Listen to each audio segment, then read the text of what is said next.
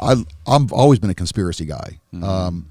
Obviously, when the story doesn't match to what the conversation is, there's a problem there. What was JFK's speech about secret societies? Do you remember that? Well, I'll tell you what. Not only was he a secret society guy, one of the reasons he was warning about secret societies, and he wanted to across disband. the board. He wanted to disband the CIA completely. He was definitely not the internal groups that were protecting the U.S. were not satisfied with Kennedy because Kennedy was trying to share information with all the rest of the world. According to the story, that they actually had a name for him, and I can't think of the name, that the Secret Service would call him by this name. I think it was called Spencer. And they said, hey, this document was actually burned in a fire, and somebody pulled it out. And it said, in this was talk from a terrestrial group within the government that said, hey, Spencer is not cooperating. Spencer's starting to ask too many questions about our objectives and what we're doing. If he gets any closer, we're going to need to paint him wet. And the Russians used that terminology as to kill somebody. So when you see this on the paper, you're like, well, wait a minute. If Kennedy was truly killed for this reason, then there's a bigger part of the whole assassination plot that was going through. So I started to, that's kind of what made me go back and kind of look at the Kennedy assassination. And there's just some oddities about it with the Secret Service car that's behind him. And when they show you the investigation, they make it look like the Secret Service was just an entity that were protecting the president, when in fact, I think they had an active role in his death. Well, I think most people that pay attention to it kind of like look at it. It's not really a conspiracy theory anymore. It's kind of I don't know if you've watched Oliver Stone's latest film on it, the JFK Revisited. Yeah, oh yeah. Fucking crazy, man. Crazy. Unbelievable. There's no evidence there's the stack of evidence to show how it was an inside job by the CIA compared to the stack of evidence to say that it was Lee Harvey Oswald as a lone shooter acting alone it's astounding. Ridiculous. I mean, even here's one of the things I looked at in this process. I came across a guy who was this guy's a professional expert shooter. He's the one that proved that you could shoot a Mannlicher Kakana, that's the rifle that killed Kennedy. You can squeeze off 3 shots in 6 seconds and hit your target. And I talked to this guy, it was super cool. And I said, so let me ask this, how did you get involved in the investigation? He goes, I started my own investigation because the paper that covered me when I did this in outside of D.C. didn't tell them it took me 6 times to do it. So I had to do this, set it up 6 different times. So listen, he goes, there's no way that this was done by a lone shooter from the top of a roof. Right. So he said, I'm going to show you something. And it was a video, and it's online, you can find it.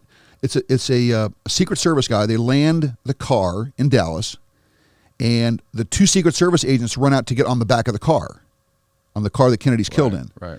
And a 3rd Secret Service officer who's in the follow vehicle tells them to get off the back of the car.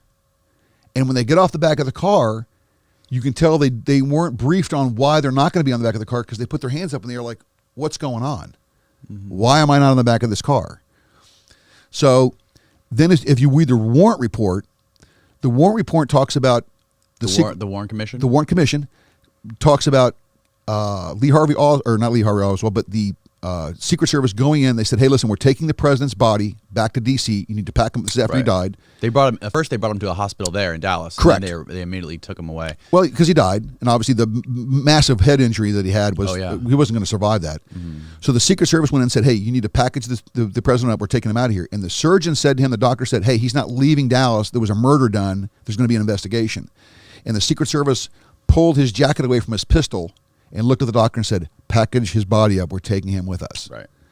One of the other X-ray technicians came back. This is also in the Warren Commission report, and talks about how another Secret Service agent, he goes, now I'm 21. This Secret Service agent came in to me and handed us some brass, or some lead objects, and wanted him to take a picture with Kennedy's brain and have these fragments be in the photograph. And the guy that came back and said, listen, I'm 21. This is the Secret Service telling me what to do, because I didn't question anything they asked me to do. I just went back and did it. Yeah, you're in the middle of something bigger than you want to deal with. Bingo. You do not want to fucking be pushing back against this massive fucking bureaucracy. And again, he's the Secret Service. So it was a different time period for this. Nobody thought about still that there was anything, collusion going on, that Kennedy was killed by something else other. Oh, he was killed by the Russians. Oh, he was killed by the Italians. Oh, he was killed by, whomever. Right. But the interesting thing was, as I started to go back and review the footage, the Secret Service car that the follow is behind the president is literally 2 feet from the back of the car when the shooting takes place. Yeah. You would have heard those shots go over your head. And there's three agents in the very front of the car who are looking straight ahead, and there's 2 that are riding on the back of the car, the follow car, and their heads turned back towards the shooting where the book depository was. But the other 3 have sunglasses on, and they're staring at Kennedy intently. And it's just odd because you don't really realize how close the car is. So if they would have taken the first shot, that bullet would have gone right over the top of their car. The cracking sound of that bullet moving at the speed of sound or faster than makes a cracking noise. They would have heard that going over their head, and there would have been more going on with them at that point in time than it would have been if they didn't hear the shot at all. So the bullet that went into his head that blew off the back of his skull, where did that enter? Did that go up through his neck, or where did it enter? Well, they're saying it came from behind him. Right. The official report says it came from behind him, but it's clear the back of his skull blew off. Sure. Which means it came from the front. But then he also got shot through the neck, right? Because he goes like that. Right. That was the first shot. First shot, they said, went through the back of his neck, through him, through the front seat in the front, hit Governor Connolly in the back, traveled down his arm. Came through his arm, right? Hit him in the wrist and stopped in his wrist. Right. And the weird thing was the bullet was pristine. Mm-hmm.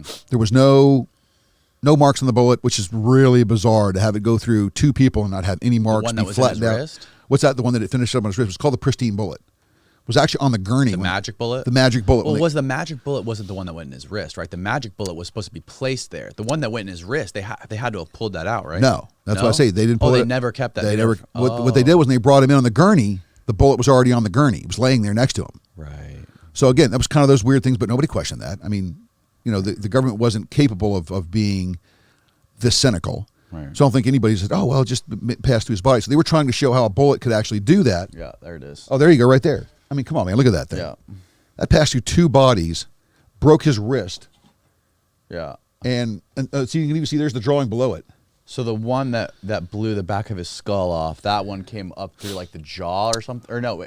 Well, they say from behind. Now, if it was the grassy knoll shot. But it blew the back of his skull off. Right.